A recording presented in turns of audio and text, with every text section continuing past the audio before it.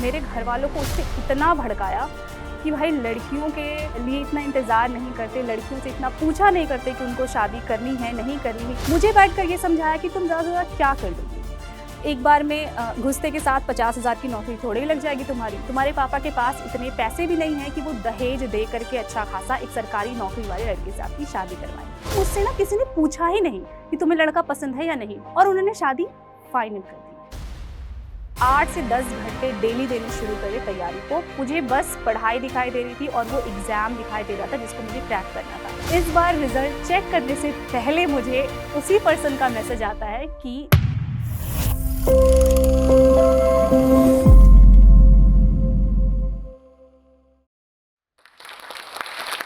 अरे लड़कियों की नौकरी लगने का वेट कौन करता है? इनकी तो 20-22 साल में शादी करवा दो, इनका चेहरा ढल जाएगा वरना। अरे तुम बर्तन धो रही हो, तुम्हारी जवान लड़की किताब कॉपी लेकर के बैठी है, पहले उसे घर का काम कराओ। ससुराल में घर का काम ही काम आता है, पढ़ाई लिखाई काम नहीं आती है। और इस तरह के पता नहीं कितने सारे मोटिवेशनल लाइंस मुझे सुनने के लिए मिले हैं, जिसके बाद मैं आज यहाँ पर खड़ी होकर के अपनी स्टोरी आपसे शेयर कर रही हूँ। So hi, I'm Sushmita Sharma. I'm from West Bengal. I'm Assistant Section Officer in Central Secretariat Services.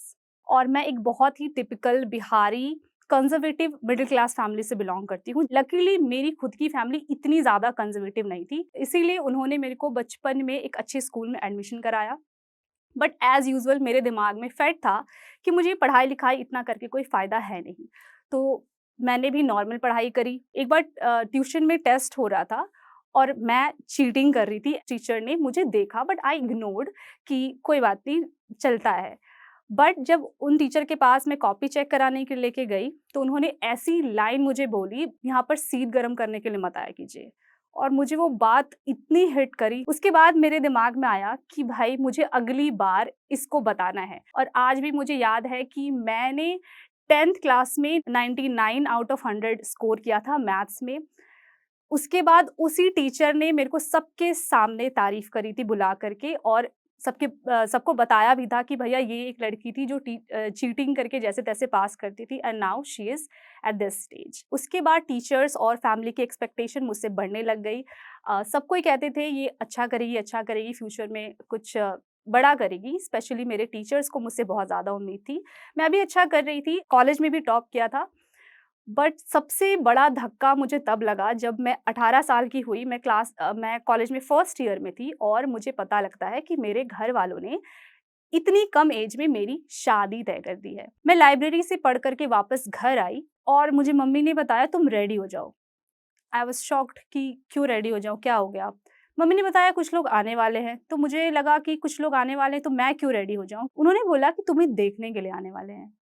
मेरे तो होश ही उड़ गए कि मुझे क्यों देखने के लिए आने वाले हैं। मैं गई पूरे फैमिली के साथ में लड़के को देखने के लिए। उसके बाद हम घर आ गए और मुझसे ना किसी ने पूछा ही नहीं कि तुम्हें लड़का पसंद है या नहीं। मैं एक्सपेक्ट कर रही थी कि वो मुझसे पूछेंगे, लेकिन उन्होंने नहीं पूछा और उन्होंने शादी फाइनल कर दी। और कोर्ट मैरिजेस की बात भी चलने लग गई मेरी। बहुत ज़्यादा लड़ाई झगड़ा बवाल करने के बाद मैंने उनको कहा कि आप मुझे सिर्फ 3 से 4 साल का टाइम दे दीजिए, मैं कुछ ना कुछ कर लूँगी। एक बार मैं स्टेबल हो जाऊँ, तब जाकर आप जिससे बोलोगे मैं शादी कर लूँगी। लेकिन बात यहाँ पे ख़त्म नहीं हुई। ये टाइम मिलने के बाद पता नहीं कोइंसिडेंट ऐसा क्या था कि उसी लड़के का रिश्ता मेरे एक बहुत ही क्लोज़ फैमिली मेंबर के किसी रिलेटिव के पास आया। वो मतलब मेरे घर पर आकर के मेरे घरवालों को उसने इतना भड़काया कि भाई लड़कियों के लिए इतना इंतज़ार नहीं करते, लड़कियों से इतना पूछा नहीं करते कि उनको शादी करनी है, नहीं करनी है, ये डिसीज़न उनके मम्मी-पापा का होना चाहिए। मुझे बैठकर ये समझाया कि तुम ज़्यादा से ज़्यादा क्या कर लोगी? एक बार में घुसते के साथ 50,000 की नौकरी थोड़ी लग जाएगी तुम्हारी। तुम्हारे पापा के पास इतने पैसे भी नहीं हैं कि वो दहेज दे करके अच्छा खासा एक सरकारी नौकरी वाले लड़के से आपकी शादी करवाएँ। इस तरह की लाइन्स उन्होंने बोली। बहुत प्रॉब्लम हुई उसके बाद, क्योंकि उसके बाद बहुत सारे फैमिली मेंबर्स मेरे पीछे पड़ गए थे। जैसे-तैसे रो धो कर के मैंने उनको मना लिया। बहुत दिनों तक मेरे पापा ने मुझसे बात भी नहीं करी थी। हालाँकि मेरी मम्मी थोड़ा बहुत मेरे साथ थी। इसके बाद जब मुझे वो टाइम मिल गया 3-4 साल का, तब मुझे पता नहीं था कि मुझे करना क्या है, बट था कि कुछ ना कुछ तो करना है। उसी दौरान मेरी बात फ़ेसबुक से किसी पर्सन से हो रही थी। उन्होंने मुझे बताया कि तुम्हारे घर के पास में एक लाइब्रेरी है जहाँ पर कॉम्पिटिटिव एग्ज़ाम की तैयारी होती है। मुझे कोई भी जानकारी नहीं थी कॉम्पिटिटिव एग्ज़ाम क्या होते हैं, किस तरह से तैयारी करनी होती है। किस तरह के पोस्ट मिलते हैं, कुछ भी नहीं। बट मैं जस्ट नॉलेज के लिए वहाँ पर गई देखने के लिए कि क्या होता है वहाँ पर।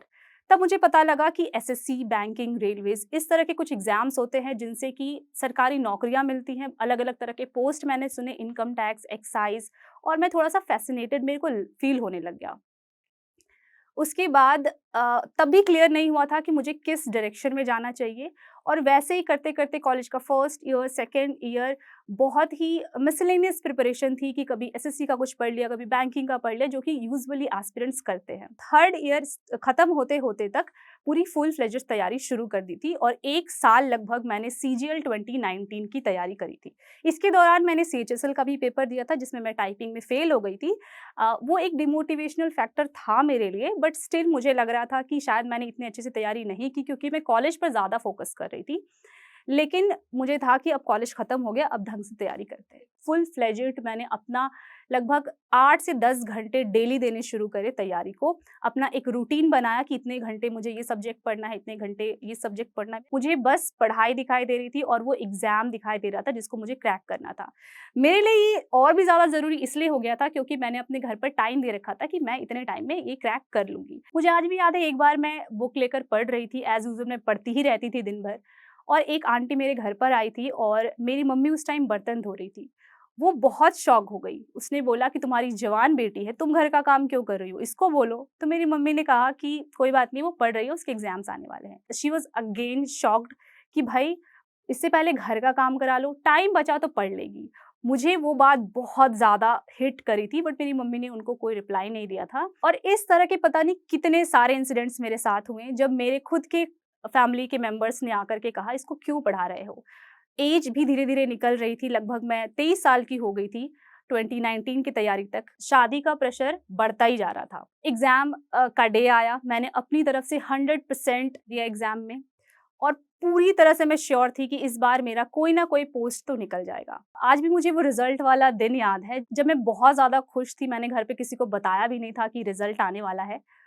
मुझे लगा कि एक बार में मैं सबको सरप्राइज़ करूँगी। मेरे दिमाग में एक बार भी नहीं आ रहा था कि कुछ और भी हो सकता है। रिज़ल्ट आया, मैं अपना नाम सर्च कर रही थी, नाम मुझे नहीं मिला। लिस्ट 2 में गई, वापस सर्च किया, वहाँ पर भी मेरा नाम नहीं था। मुझे एक पल को यकीन ही नहीं हुआ, मुझे लग रहा था मैं सपना देख रही हूँ। मैंने दोबारा-तिबारा सर्च किया, मैंने लॉग आउट करके वापस सर्च किया, क्योंकि मुझे बिल्कुल भी यकीन नहीं था कि मेरा सिलेक्शन नहीं होगा। मेरा सिलेक्शन नहीं हुआ, ये मुझे तब पता लगा जब मैं जिनके गाइडेंस में तैयारी कर रही थी, उसने मुझे बताया कि सॉरी सुष्मिता, तुम्हारा नहीं हुआ। एक टाइम को तो मुझे ऐसा लग रहा था कि सब कुछ खत्म हो गया। बेड पर बैठी थी और जब मुझे वो मैसेज आया और मेरे आँसू रुक ही नहीं रहे हैं। मतलब आई वाज़ साइलेंट, मैं बस सोच रही हूँ कि क्या हुआ अभी? इतने एकदम से रिवाइंड होने लग गई चीज़ें कि इतना कुछ सहने के बाद, इतना कुछ करने के बाद, इतनी मेहनत पूरे साल मैंने करी और मेरा फाइनली सिलेक्शन नहीं हुआ। जब मेरे घरवाले पूछने लग गए कि तुम रो क्यों रही हो? मैं कुछ नहीं बोल पा रही थी। फिर लगभग आधा घंटा, 1 घंटा तक मैं बिल्कुल कुछ नहीं बोल रही थी। मैंने गेट बंद कर लिया और बहुत रोई, बहुत रोई। मुझे लगा ये क्या हो गया? बहुत भगवान को कोसने लग गई कि इतनी मेहनत के बाद एक्सपेक्टेड नहीं था मुझे ये बिल्कुल भी। फिर घरवालों को बताया कि सिलेक्शन नहीं हुआ, बट मैंने पापा को नहीं बताया क्योंकि पापा को बताना मतलब ताने सुनना वापस से, इसीलिए मैंने पापा को नहीं बताया, मम्मी को बताया, भाइयों को बताया, उन्होंने मुझे थोड़ा मोरल सपोर्ट दिया। लगभग 2-3 दिन ऐसे ही बीते, बहुत ज़्यादा लग रहा था क्या करूँ, क्या नहीं करूँ, वापस से तैयारी करूँ या नहीं करूँ? बहुत मुश्किल से मैंने दोबारा हिम्मत जुटाई कि तैयारी करते हैं। लेकिन इस बार मैंने थोड़ा ज़्यादा मैच्योर तैयारी करी। तो सेकंड अटेम्प्ट की तैयारी मेरी बहुत बढ़िया चल रही थी, लेकिन प्रॉब्लम यहीं ख़त्म नहीं होती है। होली का दिन था, मुझे आज भी सीन याद है कि मैं बैठी हुई थी, मेरे घर पे कोई भी नहीं था, ना मम्मी ना पापा, और खाते-खाते मेरे पेट में अचानक से बहुत तेज़ दर्द उठा। बहुत ज़ोर-ज़ोर से मैं चिल्लाने लग गई। मेरे घर के जिस शॉप में मेरे एक अंकल थे, वो आए। उन्होंने देखा मैं बिल्कुल ज़मीन पर लेटी हुई हूँ और मुझे समझ नहीं आ रहा था कि इस लेवल का दर्द तो मुझे आज तक कभी नहीं हुआ, बहुत ही ज़ोरदार दर्द हुआ। उन्होंने फिर मेरे पापा को फ़ोन किया, मेरे पापा मुझे तुरंत हॉस्पिटल लेके गए। तो गवर्नमेंट हॉस्पिटल में ज़्यादा कुछ नहीं बताते हैं, उन्होंने मुझे 1 दिन रखा, पानी-वानी चढ़ाया और दूसरे दिन डिस्चार्ज कर दिया। आई वाज़ ओके कि ठीक है, कुछ हो गया होगा, फूड पॉइज़निंग एंड ऑल। तो मैं निश्चिंत थी, फिर मैंने पढ़ाई करनी शुरू की। 2 दिन के बाद वापस उसके डबल पेन आया मुझे, बहुत ही भयंकर पेन। फिर मेरे पापा मुझे हॉस्पिटल लेकर के गए। जैसे ही हॉस्पिटल में इमरजेंसी वार्ड में मैं गई, वहाँ पर नर्स ने बताया इसको तो स्टोन है, इसको ऑपरेशन करना पड़ेगा। और ये बात है सिर्फ़ मेरे मेंस के 1 महीने पहले की। आई वाज़ लाइक कि ये क्या हो रहा है? शायद भगवान चाहते ही नहीं है कि मेरा सिलेक्शन हो। ये सेकंड टाइम था जब मैं बिल्कुल ही टूट गई थी कि शायद मेरा सिलेक्शन लिखा ही नहीं है, शायद मेरी नौकरी लिखी ही नहीं है, शायद मुझे शादी कर लेनी चाहिए। लेकिन मुझे था कि अब 1 महीने हैं, जब इतने टाइम तक तुमने हार नहीं मानी, तो अभी भी नहीं मानना है। फिर मैंने पापा-मम्मी से बात करी कि अगर ऑपरेशन ही करना है और ऑपरेशन से ये दर्द ठीक हो जाएगा कि मैं एग्ज़ाम देने लायक बन जाऊँ, तो प्लीज़ ये ऑपरेशन जल्दी करवाइए। मैंने 1 हफ्ते के अंदर-अंदर हम लोगों ने डॉक्टर को ढूँढा और जल्दी से जल्दी ऑपरेशन करा लिया। और ऑपरेशन कराने से पहले मुझे याद है कि मैं बेड पर भी स्क्रीनशॉट्स लेके पढ़ती थी, वोकैब्युलरी पढ़ती थी, जीएस के क्वेश्चंस पढ़ती थी। जब तक ऑपरेशन थिएटर में नहीं गई थी ना, तब तक भी मैं कुछ ना कुछ पढ़ती ही रहती थी। फिर मेरा ऑपरेशन हुआ और स्टोन के ऑपरेशन में यूजुअली 7-8 दिन के अंदर, 10 दिन के अंदर आप चलने-फिरने लगते हो। तो मैंने भी 7-8 दिन तो फुल रेस्ट किया और जब मैं बेड पर पड़ी थी, जब मैं हिल भी नहीं पाती थी ना, तभी भी मैंने एक बोर्ड लगा दिया था अपने सामने ताकि मैं हिलूँ ना, लेकिन बैठे-बैठे या सोए-सोए मुझे दिखता रहे कि भैया ये पढ़ना है, ये पढ़ना है। तो मैंने जो चीज़ें मुझे पढ़नी होती थी, मैं अपने भाई को बोलती थी, भैया उस पे लिख दो, और मैं उसको याद करती रहती थी। जस्ट कि मेरा फ्लो ना टूटे, क्योंकि एक बार अगर प्रिपरेशन के बीच 7-8 दिन का गैप आता है, वो भी एग्ज़ाम के 1 महीने पहले, तो आप नर्वस हो जाओगे। आपको लगेगा कि भैया नहीं हो पाएगा मुझसे। तो वो बहुत डिफ़िकल्ट टाइम था और उस टाइम पे मेरे घरवालों का बहुत ज़्यादा सपोर्ट था। और एक बात यहाँ पर मैं बोलना चाहूँगी कि जो पेरेंट्स स्टार्टिंग में जिन्होंने मना कर दिया था कि नहीं पढ़ना है या जॉब नहीं लेनी है, शादी कर लो, वही पेरेंट्स जब उन्होंने मेरी मेहनत देखी, जब उन्होंने मुझे ये सब झेलते हुए देखा, तो वही पेरेंट्स मेरे साथ थे। जैसे-तैसे मैं एग्ज़ाम हॉल पे सेंटर पे पहुँची, एग्ज़ाम दिया एंड आई वाज़ श्योर कि इस बार वापस मेरा सिलेक्शन हो जाएगा। मेरा एग्ज़ाम बहुत अच्छा गया था। इस बार मैं खुद बहुत खुश थी कि मैं बिल्कुल नर्वस नहीं हुई। मैं बहुत कॉन्फिडेंटली मैंने एग्ज़ाम दिया था। मैं अपने एक रिलेटिव के घर पे रुकी हुई थी और वो दिन था जब रिज़ल्ट आने वाला था सीजीएल का, अल्टीमेटली जिसके लिए मैंने इतने साल तक तैयारी करी थी।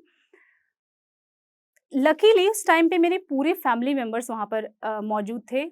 मेरे मम्मी-पापा, दोनों भाई, और उस घर में कोई भी नहीं था क्योंकि जिसका वो घर था, वो किसी काम से बाहर गए हुए थे, तो सिर्फ़ हम लोग ही थे। और इस बार भी मैंने अपने घर पे नहीं बताया था कि आज रिज़ल्ट आने वाला है, क्योंकि मैं डर रही थी कि इस बार भी अगर नहीं हुआ, तो क्या मुँह दिखाऊँगी मैं?